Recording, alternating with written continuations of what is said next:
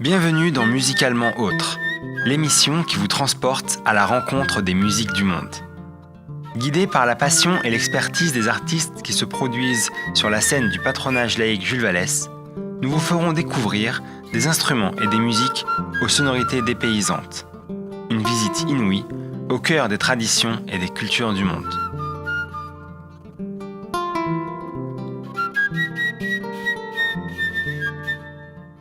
Et pour commencer ces voyages, nous partons en Argentine, au pays du tango, avec Sofia Levin et son quartet.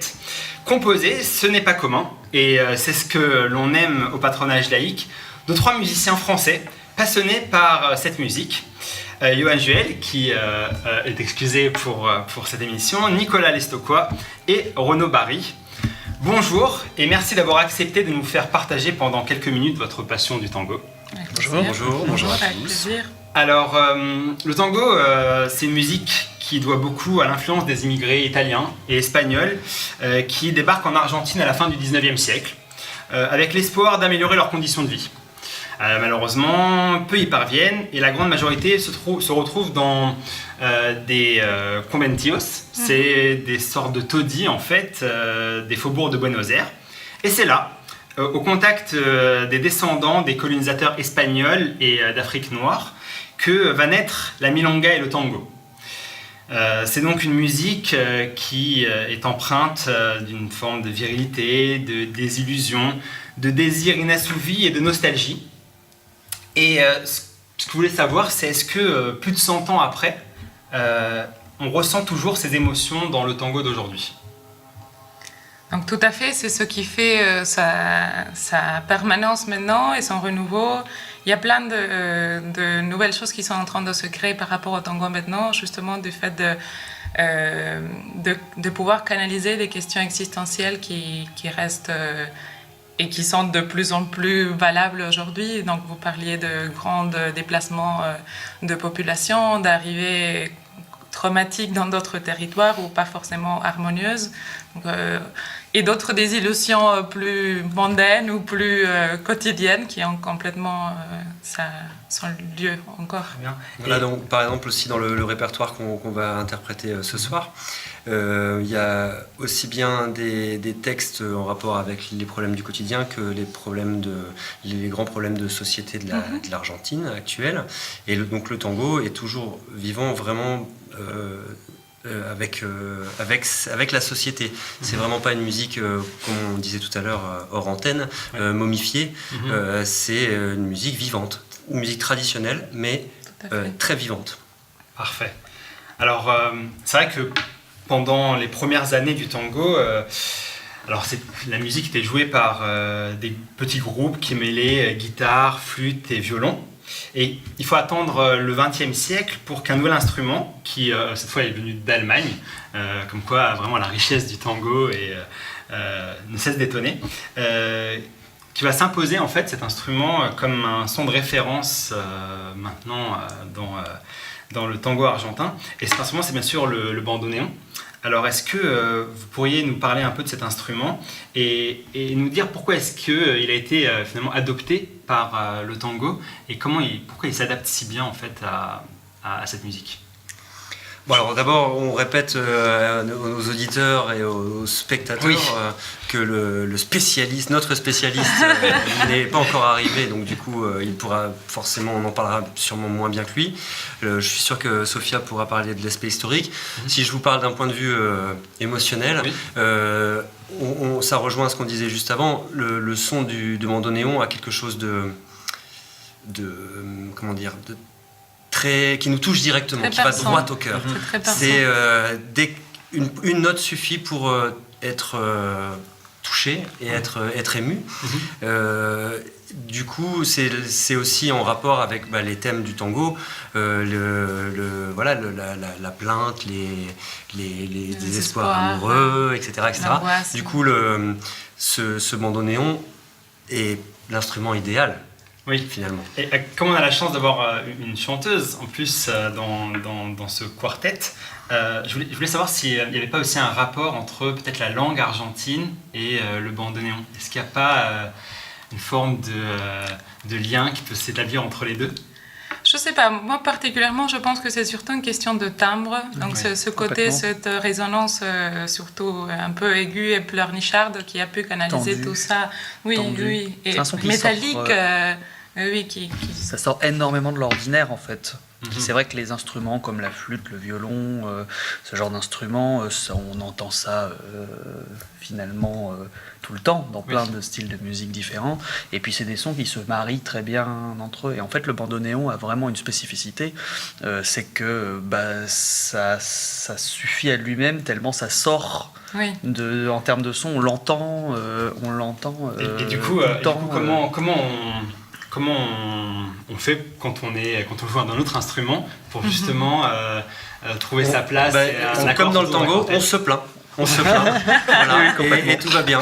Non, oui, plus sérieusement, je pense aussi que il y a aussi, donc bien sûr, on n'a pas attendu Astor Piazzolla pour faire du bandoneon. Il y a eu des gens qui faisaient ça avant, mais quand même, grâce à ce compositeur, bandoneoniste, le bandoneon a passé les frontières de l'Argentine ou du cercle restreint du tango pour aller rencontrer le monde entier.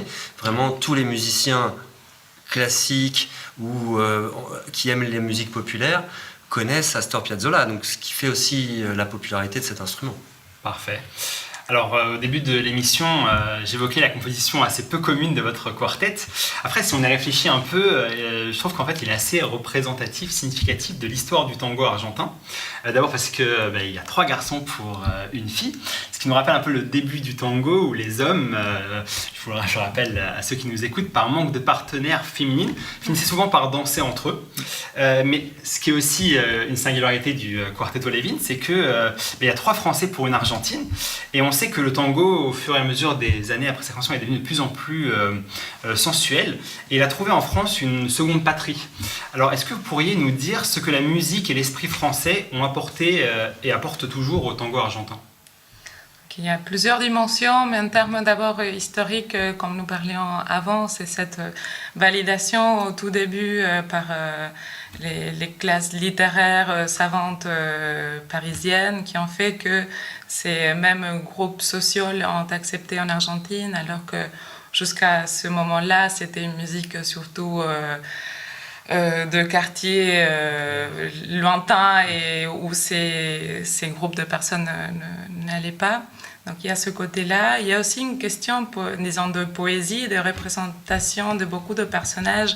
On a dans le tango beaucoup de personnages français qui apparaissent, beaucoup de femmes dans ces conventillos, dans ces bordels. Là-bas, il y a beaucoup de personnages français, notamment Muñeca Brava, qui commence tout de suite par « Che, madame, que parlas el francés ». Donc ce côté, tout de suite, il y avait une madame qui parlait le français. Donc qui sont dans beaucoup de tangos. On a Madame Yvonne, on a Claudinette, on a plein de personnages français. On cite beaucoup Paris aussi. Paris, le faubourg sentimental, c'est donc le romantisme. Notre argot du tango, il est rempli de français.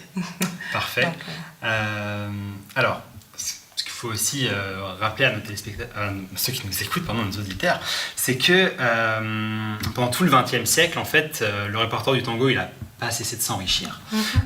D'ailleurs, dans vos concerts, vous nous emmenez avec un plaisir sans cesse renouvelé à la découverte des grands noms qui ont fait l'histoire de cette musique.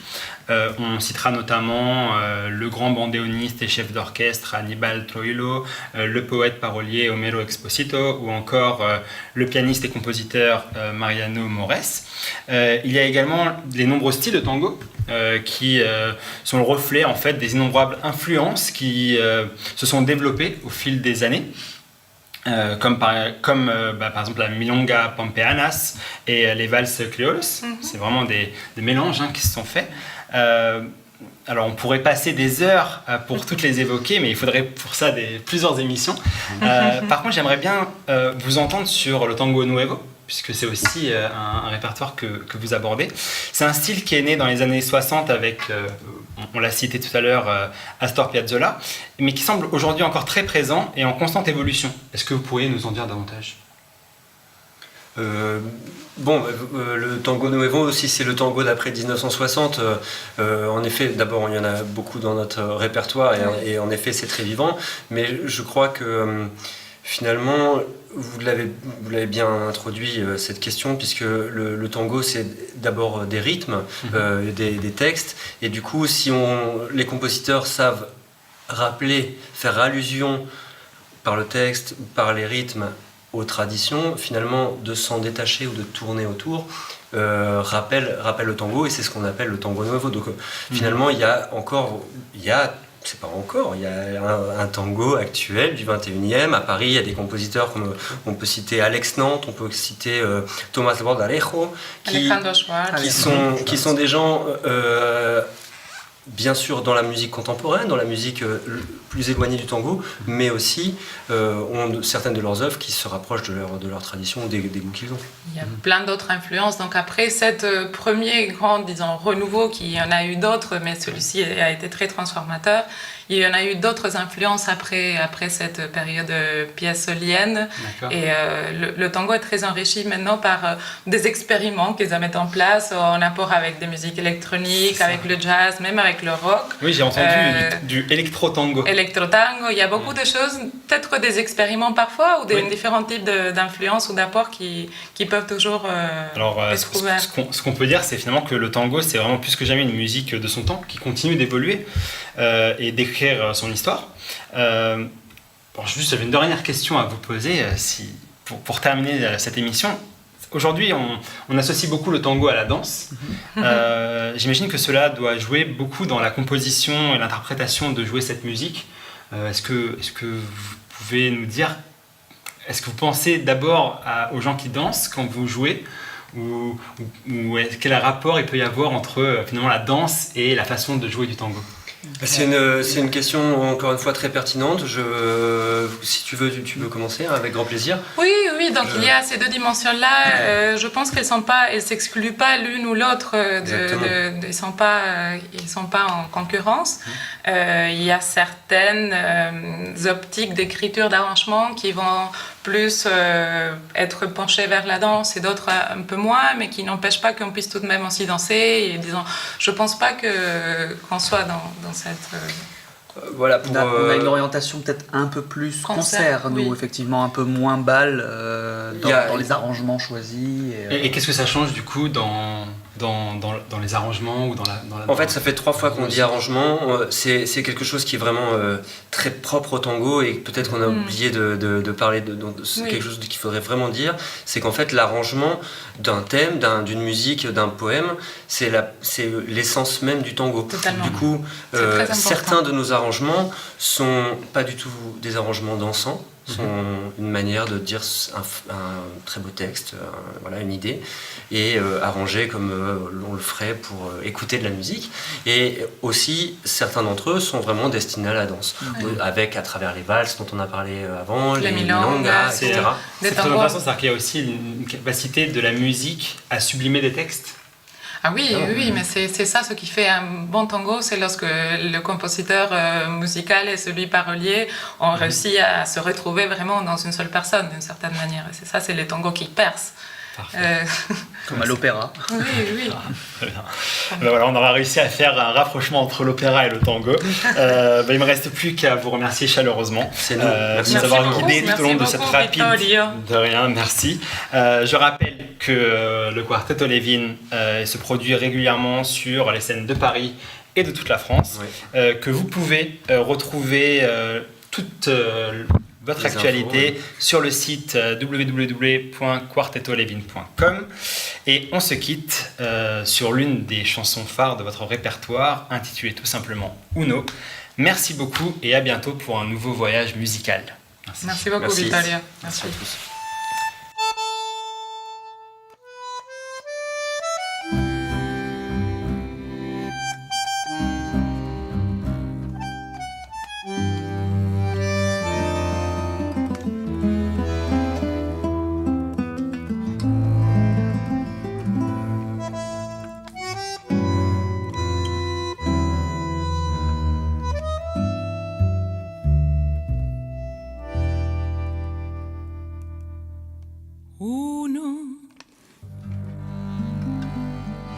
Lleno de esperanzas, el camino que los sueños prometieron a sus ansias.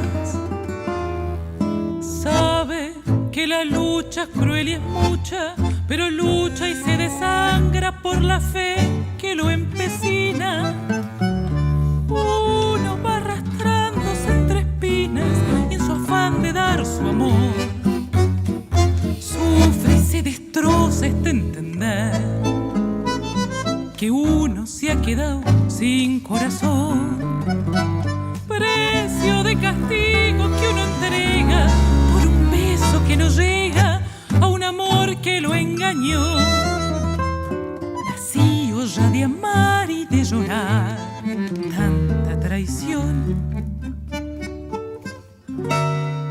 Si yo tuviera el corazón que di, si yo pudiera como ayer querer sin presentir, es posible que a tus ojos que me gritan tu cariño los cerrara con mis besos, sin pensar que eran como esos otros ojos los perversos, los que hundieron mi vivir. Si yo tuviera el corazón, el mismo que perdí, si olvidara que el que ayer lo destrozó y pudiera amarte, me abrazaría tu ilusión para llorar tu amor. Pero Dios te trajo a mi destino sin pensar que ya es muy tarde y no sabré cómo quererte. Déjame que llore como aquel que sufre en vida la tortura de llorar su propia muerte. Puro como sos, habría salvado mi esperanza con tu amor. Uno está tan solo en su dolor, uno está tan ciego en su penar, pero un frío cruel que es peor que el odio, punto muerto de las armas, tumba horrenda de mi amor, maldijo para siempre y me robó toda ilusión. Si yo tuviera el corazón que di, si olvidara aquel que ayer lo destrozó y pudiera amarte, me abrazaría tu ilusión para llorar tu amor.